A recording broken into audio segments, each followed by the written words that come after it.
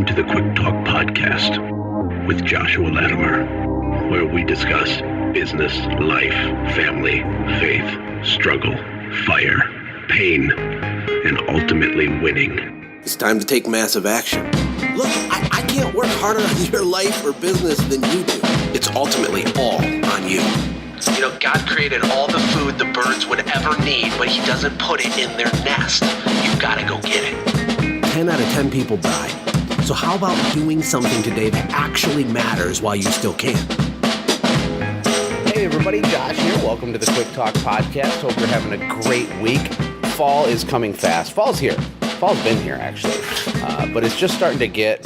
Sorry, I just stepped on a cup. It's starting to get real cold up here in Michigan, and I'm so excited. I'm preparing for the Automate Gracel experience, which is my first live event. I've been asked to do live events. I've been at other live events. I've done lots of things like that. But this is the first time we've done one, and ours is really unique. And, you know, not to think that we're so awesome or anything, but this event's going to change people's lives. And it has to do with the difference between information and transformation. And I've been having this dilemma in my brain for several weeks now, because we've sold so many boot camps over the last couple years, and people have had huge, awesome results. But there's a portion of people, a larger than I wish it was portion, that come into it and then nothing happens. And so I've been asking myself, what is the difference between people that move the ball down the field, that accomplish what they want to accomplish, and the people that don't? And I think I've boiled it down to this idea of information versus transformation. Information is like a noun. Transformation is a verb. It has to do with execution and putting things into practice. But at the same time, how do you do that? How do you do what you want to do, but you don't do it anyway, right?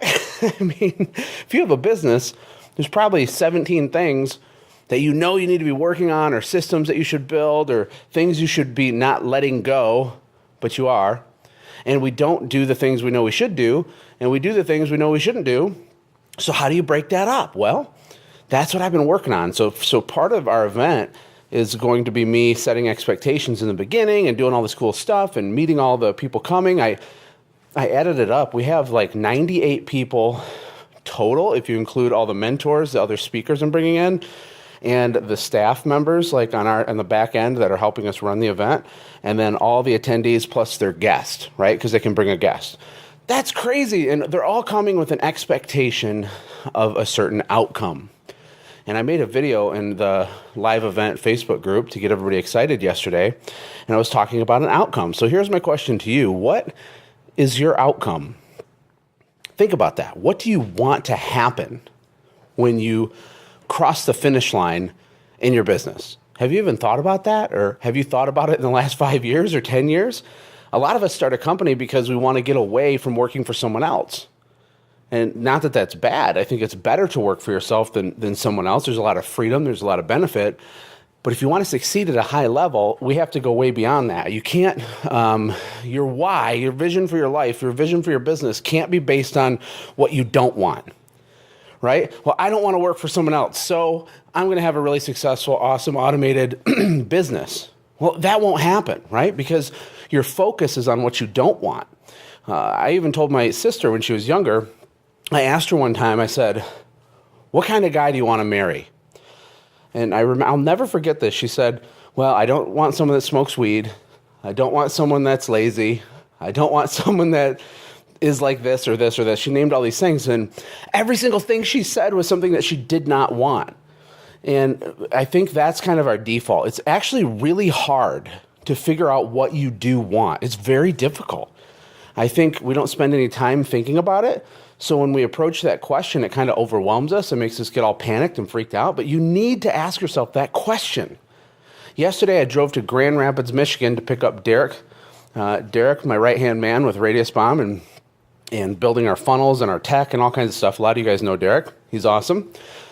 And when I went to pick him up, he had stayed the first night with one of his friends in Grand Rapids. So I said, Derek, give me the address and I'll come get you. And he sent me an address.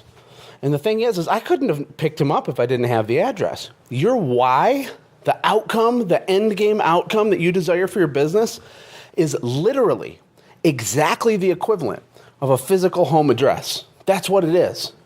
Or if you want to get even more specific, it's like a longitude and latitude coordinates. So if I ask you, what do you want? And you can answer me in one sharp, succinct sentence, and there's a date attached to it. For example, I'm going to give away $100 million by the time I'm 65 years old, right? Like, that's a huge why, but it's succinct and there's a date attached to it. If you can say, I want an automated business that I'm going to sell for $500,000 within 36 months from today. That's a why. That's a coordinates, right? And only after we have those coordinates, the address, can we reverse engineer any kind of strategy to get you there. But most people, honestly, can't even answer that question. So I want to encourage you to spend time on your why. And I want to encourage you to think about the difference between information and transformation. And the people that move the ball down the field towards what they really want, number one, they've identified what they want. That's like huge. Number two, they have a lot of action coupled together with information. It's not just the information, it's transformation. So there's action, there's activity, there's imperfect falling forward motion towards the thing that they want. And it's available to all of us. I just think we get confused. And so at the event, the reason this event is special, it's different, I'm so excited to do it, is because we're going to hold people's hands, get them specific, exact clarity on what they want and where they are right now, taking a realistic, real-life snapshot of what is reality today, what needs to be in place in your business 6 to 12 months from now, 24 months from now, 36 months from now, whatever the case is, to make sure that you're on pace to get the outcome that you desire. And I think that is powerful. It's life-changing. It's amazing. I'm excited. I cannot wait to do this process with people. So if you feel overwhelmed and you don't know where to start, or you have 17 things in your head and you know you need to do all these things, push pause on all that stuff for a second. Take the whole weekend and just figure out, what do I want? Why do I get out of bed every day and do this? You know, was I just running away from a job from a bad boss? Or am I running towards something? You know, Lisa McQueen's coming to our event. She has a $7 million maid service in Australia. She's coming from Australia all the way to northern Michigan, bringing her husband too, which is going to be awesome. She has to know where she's going when she books her plane ticket, right? She has to know where she's going when she gets in a rental car and arrives at her property. And if she didn't have the address, she would never get there. The same is true for your business. Do you have an address?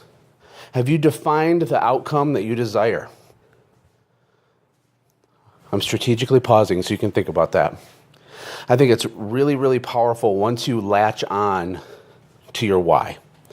And you know what? It's okay to change your why as you live too, right? Mine's evolved and adapted and changed and all that stuff. Make sure that your spouse is on board with your why, your mission.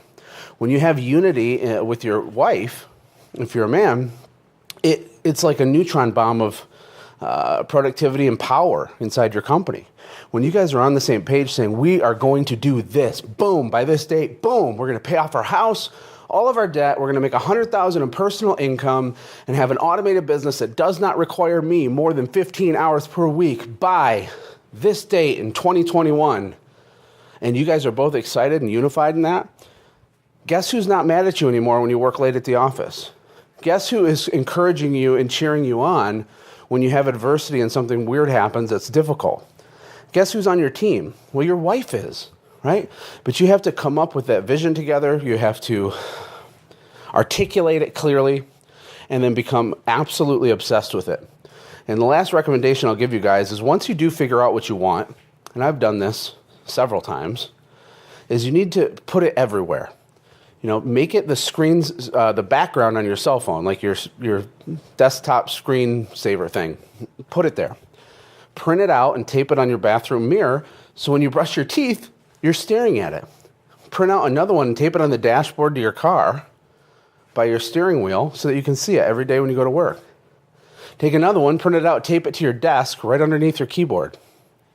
You need to be consumed with the outcome. Because every decision that you make, should I do this, should I do that?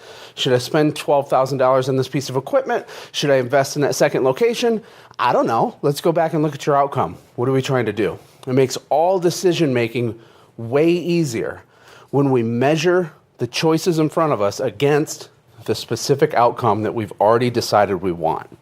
I hope that makes sense. I hope that adds value, and I hope that you will join me and get more content and hang out with me more by joining the Growth Vault.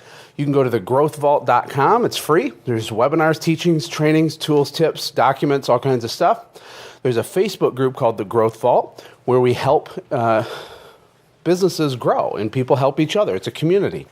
And then if you can subscribe to The Growth Vault on YouTube, that would be awesome because we're going to be pumping out massive content later this year through that channel as well. So all those things are free.